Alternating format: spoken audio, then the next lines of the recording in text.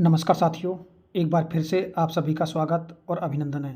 देखिए, इस वीडियो में आज हम बात करने वाले हैं राज्य के जो नीति निर्देशक तत्व हैं उनके बारे में। देखिए, राज्य के नीति निर्देशक तत्वों के संबंध में किस महत्वपूर्ण विद्वान ने अपना मत रखा था, उस मत को लेकर के प्रश्न लगातार पेपर में पूछ जाता है और उनकी परिभाषा आती है कि ये राज्य के नीति निर्देशक तत्वों के संबंध में किसने कहा था। देखिए, बिल्कुल आज इस वीडियो को देखने के बाद में रटना भूल जाओगे। आपको कंठस्थली राज्य के नीति निर्देशक तत्वों की जो प्रकृति है वो पूरी तरह से समझ में आने वाली है। तो विद्वानों के कथन इस पर चर्चा करेंगे और अगर आपको इसका पीडीएफ चाहिए तो डिस्क्रिप्शन में मैं टेलीग्राम का चैनल दे रहा हूँ, उसमें आपको मिल जाएगा। और अपना चैनल है गौतम एकेडमी, सभी परीक्षाओं के लिए इम्पोर्टेंट है। आप कोई भी परीक्षा दे रहे हैं, यहाँ से प्रश्न हमेशा देखने को मिलता है।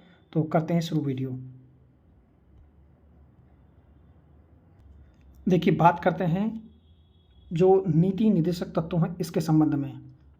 फर्स्ट ऑफ ऑल हम जानेंगे कि ये संविधान के भाग कौन से में इन्हें रखा गया है, ये सबसे इम्पोर्टेंट बात बनती है। और फिर सभी विचारकों के कथन इसके संबंध में जानेंगे। तो देखिए, संविधान के भाग 4 में इनका उल्लेख है और 3 में उसका मौलिक अधिकारों का उल्लेख है, जिनके बारे में कल मैं आपसे बात कर चुका हूँ। तो भाग 4 के बारे में बात करेंगे। 36 से 51 तक इनका उल्लेखित है कि 36 में क्या दे रखा है और 37 में क्या है। इसकी ट्रिक से हम कैसे इन्हें याद कर सकते हैं, राज्य के नीति निर्देशक तत्वों को, ये सब जानेंगे। और आयरलैंड से लिए गए ये, आयरलैंड ने इन्हें स्पेन से ग्रहण किया था। ये भी आपको थोड़ा ध्यान रखना।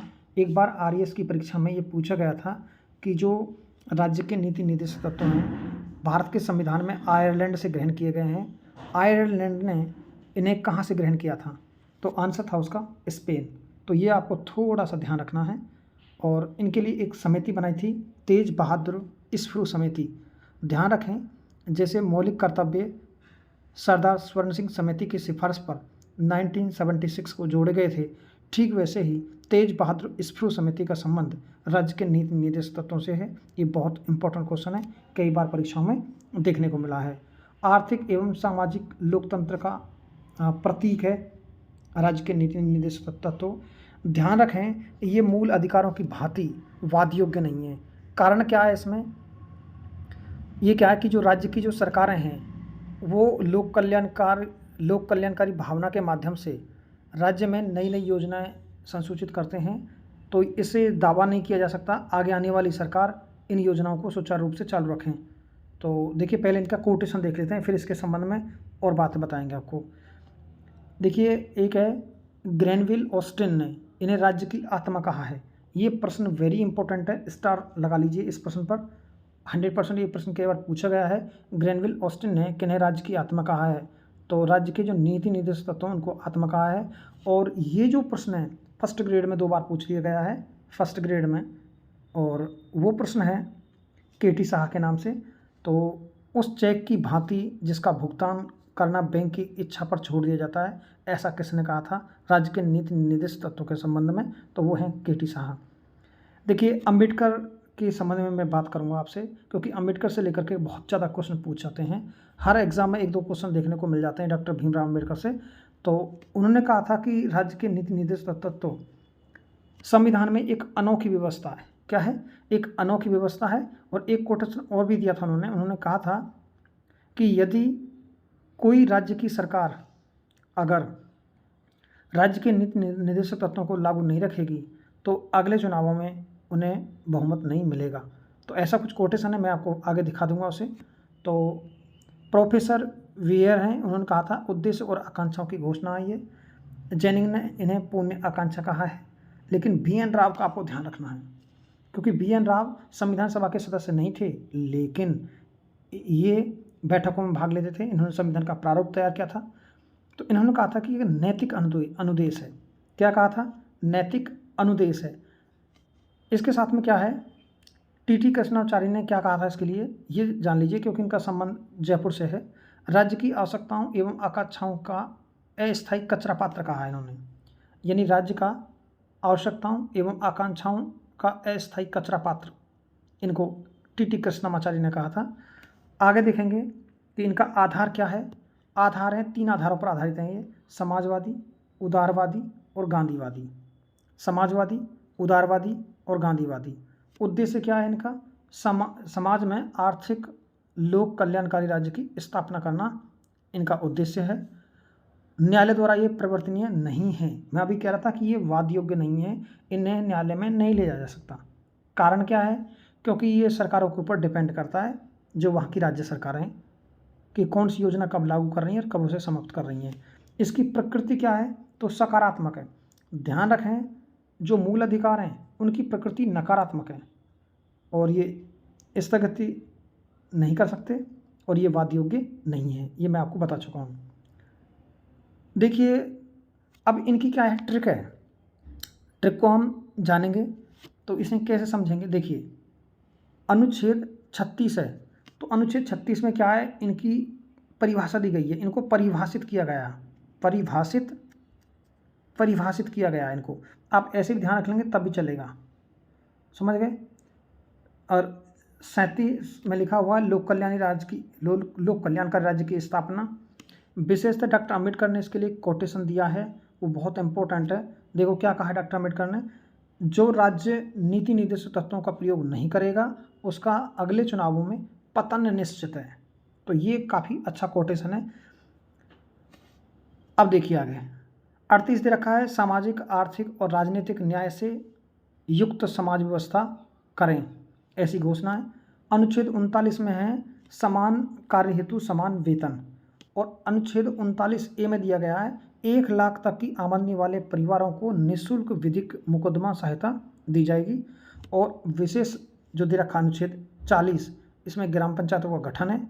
41 में निःशक्तों के विकास हेतु नीति का निर्माण है। और 42 में काम की न्याय संगत एवं मनोचित दशाओं तथा प्रस्तुति सहायता प्रदान, अर्थात प्रसव काल के दौरान महिलाओं को 180 दिन का सवैतनिक अवकाश यानी वेतन सहित अवकाश इसमें दिया गया है। बात कर लेते हैं आगे 43वां। 43 में रखा है कि कुटीर तथा लघु उद्योगों तथा सहकारिता से जुड़े व्यक्तियों को बढ़ावा देना। ध्यान रखें, इसमें सहकारिता को प्रोत्साहन देने हेतु 97वां संविधान संशोधन 2012 को हुआ था, वो जोड़ा गया है। अनुच्छेद 44 नागरिकों को समान सिविल संहिता। ध्यान रखना, अनुच्छेद 45 6 से 14 वर्ष के बच्चों को निःशुल्क एवं अनिवार्य शिक्षा प्रदान करना। RT 2009 में ये जो 1 से 6 से 14 वर्ष की उम्र थी उसे बढ़ा करके 6 से 18 कर दिया गया है और इसे लागू कर दिया गया है। अनुच्छेद 46 है SC ST व पिछड़े वर्ग के लोगों को हेतु शिक्षा, आर्थिक विकास और संरक्षण।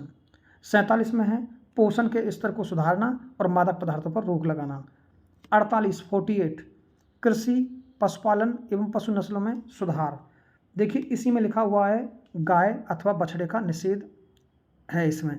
तो 2018 में जो सेकंड ग्रेड की भर्ती हुई थी, उस सेकंड ग्रेड की भर्ती में ये प्रश्न पूछा गया था, तो इसकी भाषा कैसी थी ज़रा देखना। गोवंश वध निषेध है भारतीय संविधान का कौन सा अनुच्छेद है? 48A। तो कुछ लोगों को ऐसा लगा कि ये बाद में जोड़ा गया होगा, तो 48A ज़्यादा किया था। महज 0.5% लोगों ने भी 48 नहीं किया था, 48A किया था। तो 42वें संविधान संशोधन 1976 को ये जोड़ा गया है और इसका संबंध है वन तथा वन्यजीवों का संरक्षण तथा विकास। ये प्रश्न अभी जो रीट की परीक्षा हुई है उसमें पूछा गया था कि 48A में क्या जोड़ा गया है? वन तथा वन्यजीवों का संरक्षण, ये 48A में जोड़ा गया है। 49 है ऐतिहासिक स्मारक स्थलों और वस्तुओं का संरक्षण। और आगे दे रखा है अनुच्छेद 50 कार्यपालिका एवं न्यायपालिका का पृथक्करण, कार्यपालिका और न्यायपालिका का पृथक्करण। और अनुच्छेद 51 में दे रखा है अंतर्राष्ट्रीय शांति और सद्भावना का प्रयास। संविधान में विदेश नीति का उल्लेख नहीं है, परंतु विदेश नीति का आधार अनुच्छेद 51 है। एक महत्वपूर्ण तथ्य है, इनको थोड़ा सा हमें समझना है।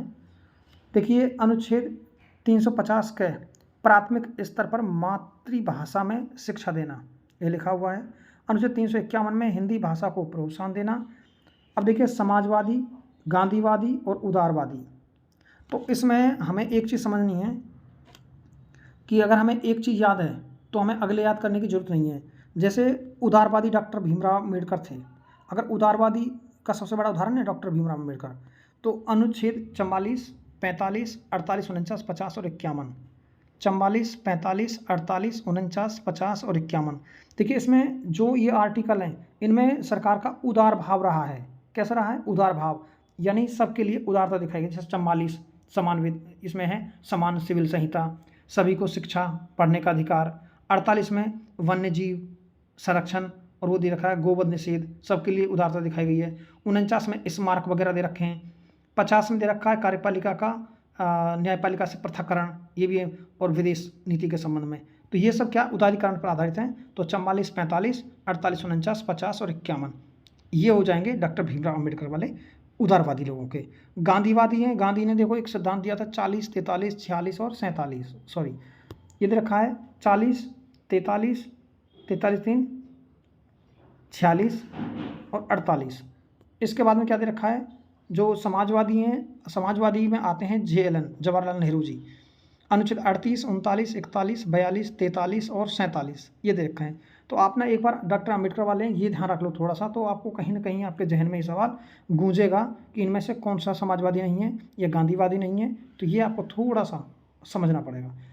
तो बच्चों को स्वतंत्र एवं गरिमामय वातावरण में स्वास्थ्य विकास एवं सुविधाएं अनुच्छेद 39F जोड़ा गया है। उद्योगों के प्रबंध में कर्मचारियों की भागीदारी सुनिश्चित करना, ये 43A जोड़ा है। और पर्यावरण एवं संरक्षण एवं वनों का विकास 48A जोड़ा है। देखिए क्या होता है कि आपने काफ़ी वीडियो वायरल होते देखे होंगे ट्रिक वाले, तो अब आप जब तक आप पूरा वीडियो नहीं देखेंगे तब तक आपके ट्रिक किसी काम की नहीं रहेगी। अगर आपको इसका ट्रिक चाहिए तो मुझे कमेंट बॉक्स में ज़रूर बताना, मैं इसकी ऐसी शानदार ट्रिक बता दूंगा कि जीवन में आप कभी नहीं भूलेंगे। लेकिन ये सारे तथ्य भी आपको याद होने ज़रूरी हैं। तो इसलिए एज फ्रेंड साथियों, अगर आपको वीडियो पसंद आया तो चैनल को सब्सक्राइब जरूर करें और हमें नेक्स्ट वीडियो के लिए लालित करें। आज के लिए इतना ही। थैंक यू, धन्यवाद। बात करेंगे अगले वीडियो।